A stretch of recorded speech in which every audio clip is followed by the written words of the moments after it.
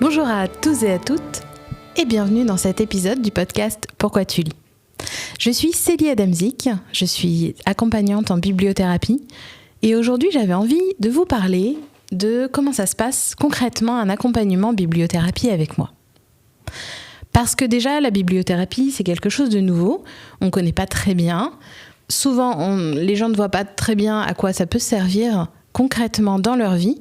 Et c'est quoi la différence avec un autre accompagnement ? Alors laissez-moi vous raconter comment concrètement se passe un rendez-vous en bibliothérapie avec moi.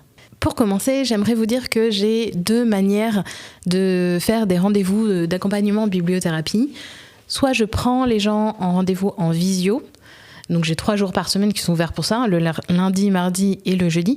Soit, et c'est une nouveauté, j'ai un cabinet maintenant sur Bayeux qui est ouvert les vendredis. Donc le vendredi, je peux vous recevoir en présentiel sur Bayeux. Pour les personnes qui habitent Bayeux ou sa région, c'est très pratique puisque mon cabinet est juste à côté de la librairie indépendante de Bayeux qui s'appelle Métropolis, qui est rue Saint-Malo, c'est la rue principale de Bayeux. Alors, pour rentrer dans le vif du sujet, déjà, en général, ce que je vous conseille de faire, si vous voulez prendre un rendez-vous avec moi pour un accompagnement en bibliothérapie, donc ce sont des accompagnements individuels, c'est de commencer par un appel découverte. L'appel découverte, il est gratuit. C'est un appel de 20 à 30 minutes qui va me permettre, moi, de bien cerner votre problématique et de voir si je suis compétente dans le sujet que vous apportez.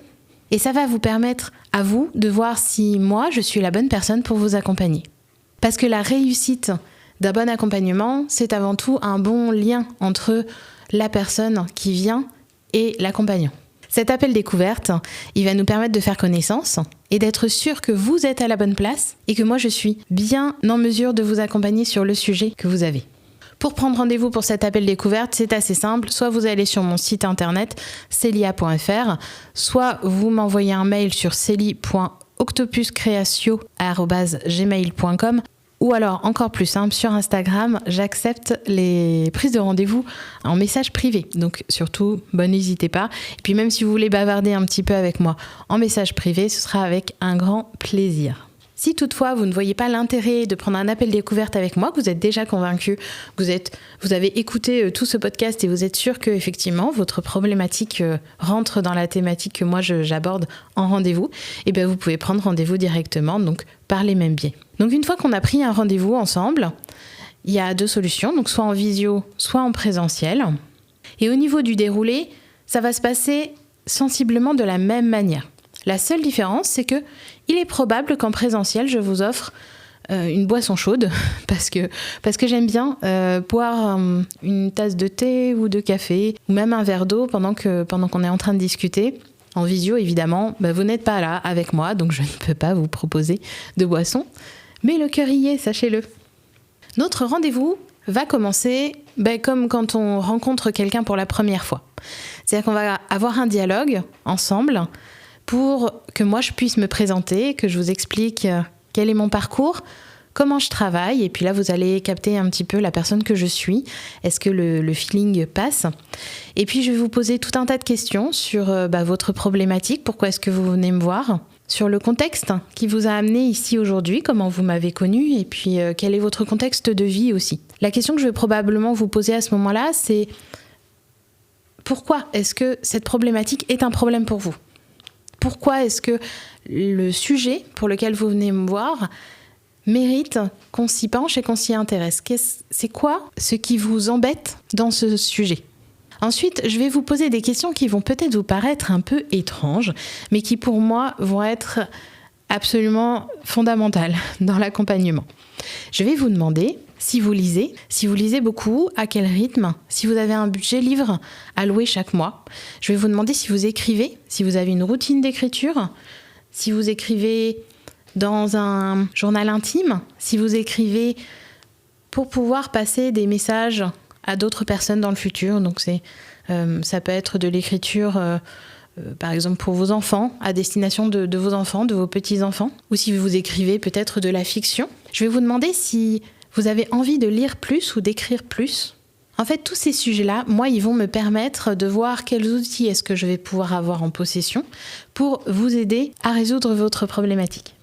À partir de là, dans une deuxième partie d'entretien, je vais tirer les fils de la bobine. C'est-à-dire que vous allez me donner de la matière, un peu comme imaginez un paquet de laine en vrac, comme ça, et puis probablement aussi, pas forcément un paquet de laine de la même couleur, c'est-à-dire sur le même sujet.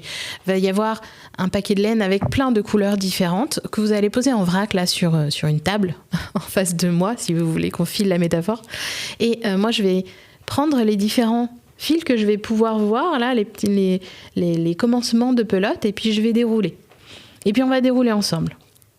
À partir de là, une fois qu'on aura commencé à dérouler, parce que évidemment c'est rare que ça se fasse en une seule séance, enfin après ça dépend du sujet, mais j'y reviendrai. À partir de là, on va pouvoir commencer à avoir des pistes d'approche, des pistes de lecture, des pistes de proposition d'écriture, des pistes d'exercice pour l'interséance.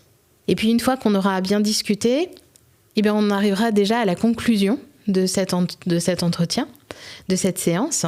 Alors en conclusion, en général, on fait un résumé de ce qui s'est passé pendant la séance. Et puis moi, je vais vous faire des propositions pour l'interséance. Alors ce qu'on appelle l'interséance, c'est ce qui se passe entre deux séances. Moi, j'ai tendance à donner pas mal de propositions. Donc ça va être des propositions de lecture, d'écriture, d'exercice, de choses que je vais vous demander de réfléchir ou de faire pendant l'interséance, c'est-à-dire entre les deux séances. Et ces choses-là, vous allez les faire, vous allez lire les livres ou pas. C'est à vous de voir et de prendre la responsabilité de ce que vous avez envie de travailler ou pas. Sachez que de toute façon, dans tous les cas, vous n'êtes obligé de rien. Il n'y a pas de bon point, il n'y a pas de mauvais point. C'est pas parce que vous ne lisez pas un livre que je vous ai conseillé que votre accompagnement ne va pas réussir, bien au contraire. Ça va être hyper intéressant parce qu'on va pouvoir interroger pourquoi est-ce que vous avez lu le livre et que vous l'avez adoré ou détesté, ou pourquoi vous ne l'avez pas lu. Pourquoi vous avez fait les exercices d'écriture ou pourquoi vous ne les avez pas faits. Tout ça, c'est des éléments qui sont hyper intéressants et qui vont contribuer à la réussite de votre accompagnement. S'il y a interséance, on a bien compris que c'est parce que très probablement, il y a plusieurs séances.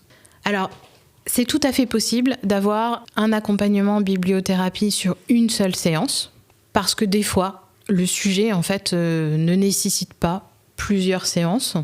Et puis, des fois, le sujet nécessite un approfondissement avec 2, 3, 4, 5 séances, au-delà peut-être. C'est vraiment un accompagnement où tout va dépendre de ce qui se passe quand on déroule les fils de cette pelote que vous m'avez confiée en début de première séance. Ça va dépendre de vous, ça va dépendre de votre rythme, ça va dépendre de ce qui se passe dans votre vie. Parce que ça, déjà, c'est un point absolument fondamental. Mes accompagnements s'adaptent à votre vie, à votre quotidien, à ce qui se passe pour vous à ce moment-là de votre vie.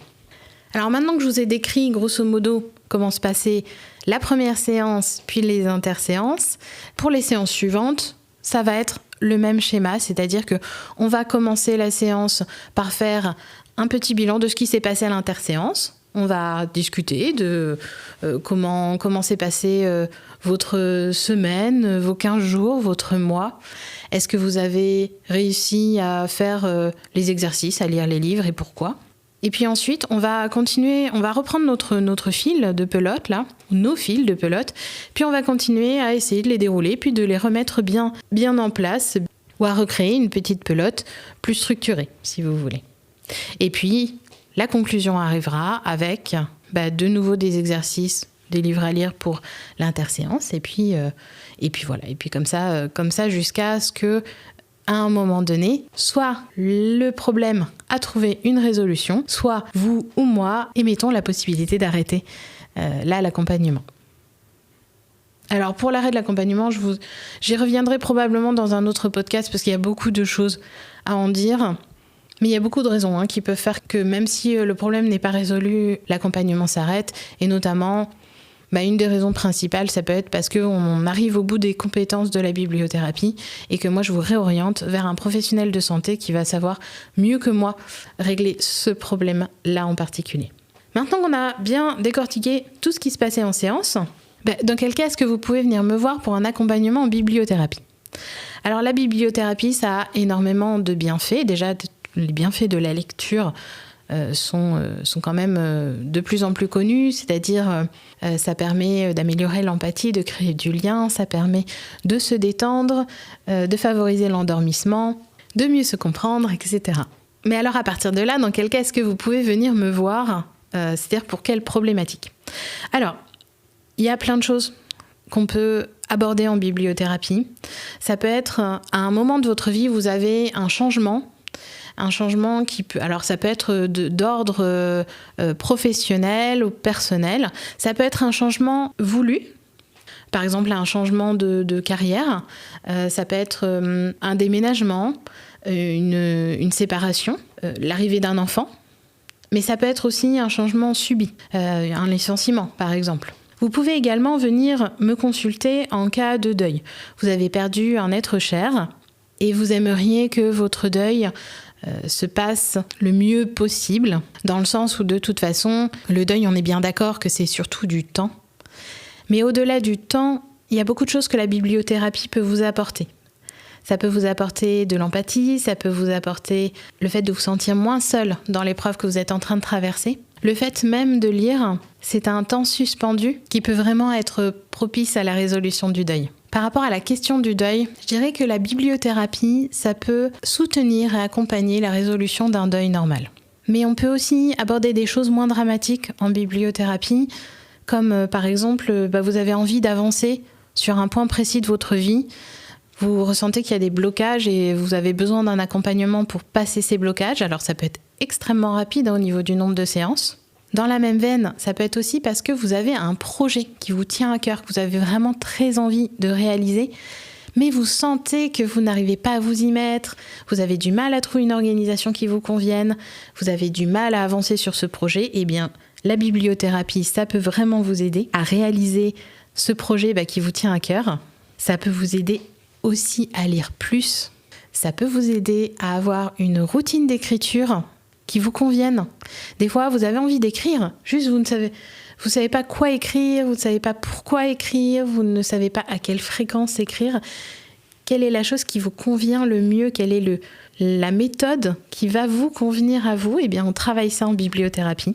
Et puis, je dirais qu'un autre point très important, c'est par rapport à la déprime et à la dépression. Alors, évidemment, je ne suis pas professionnelle de santé, je ne vais pas guérir. Je ne guéris pas la dépression. Par contre, dans le cadre d'un accompagnement qui est déjà mis en place avec un psychologue, un psychothérapeute, un psychiatre, un médecin traitant, moi je peux venir soutenir l'action pour aller mieux dans le cadre soit d'une déprime, soit d'une dépression. Notamment par une remise en route de la lecture et ou de l'écriture. Mais on peut travailler plein de choses pour vous soutenir dans cette période vraiment pas facile. Je crois que pour l'instant, je vous ai tout dit dans ce que je voulais vous dire sur cet épisode, sur la thématique de qu'est-ce qui se passe quand on prend un rendez-vous avec moi en bibliothérapie. Si jamais par l'enregistrement de cet épisode, je vous ai donné envie de découvrir la bibliothérapie, que du coup, vous voyez mieux comment ça se déroule et en quoi ça peut vous être utile dans votre vie, vous n'hésitez surtout pas à prendre rendez-vous avec moi. Ce que je vous conseille encore une fois, c'est de prendre un appel découverte. C'est gratuit, ça dure 30 minutes. Vous pouvez prendre rendez-vous directement sur mon site internet celia.fr ou par mail celi.octopuscreatio@gmail.com. Je vous mettrai tout ça en description du podcast. Et puis vous pouvez encore une fois me contacter sur Instagram. Dans mes messages privés, je serai toujours ravie de discuter avec vous, de faire connaissance et puis de voir si ensemble on peut faire un bout de chemin pour vous aider à réaliser vos projets, à aller mieux, à avancer dans votre vie, à traverser un deuil, une période difficile. Je crois que la seule chose que j'ai oublié de vous dire, maintenant qu'on arrive à la fin de ce podcast, c'est que mes séances durent 1 heure, que ce soit en présentiel ou en visio. Il ne me reste plus qu'à vous souhaiter de très très très belles lectures. Et puis je vous dis à très très bientôt pour un nouvel épisode du podcast Pourquoi tu lis ?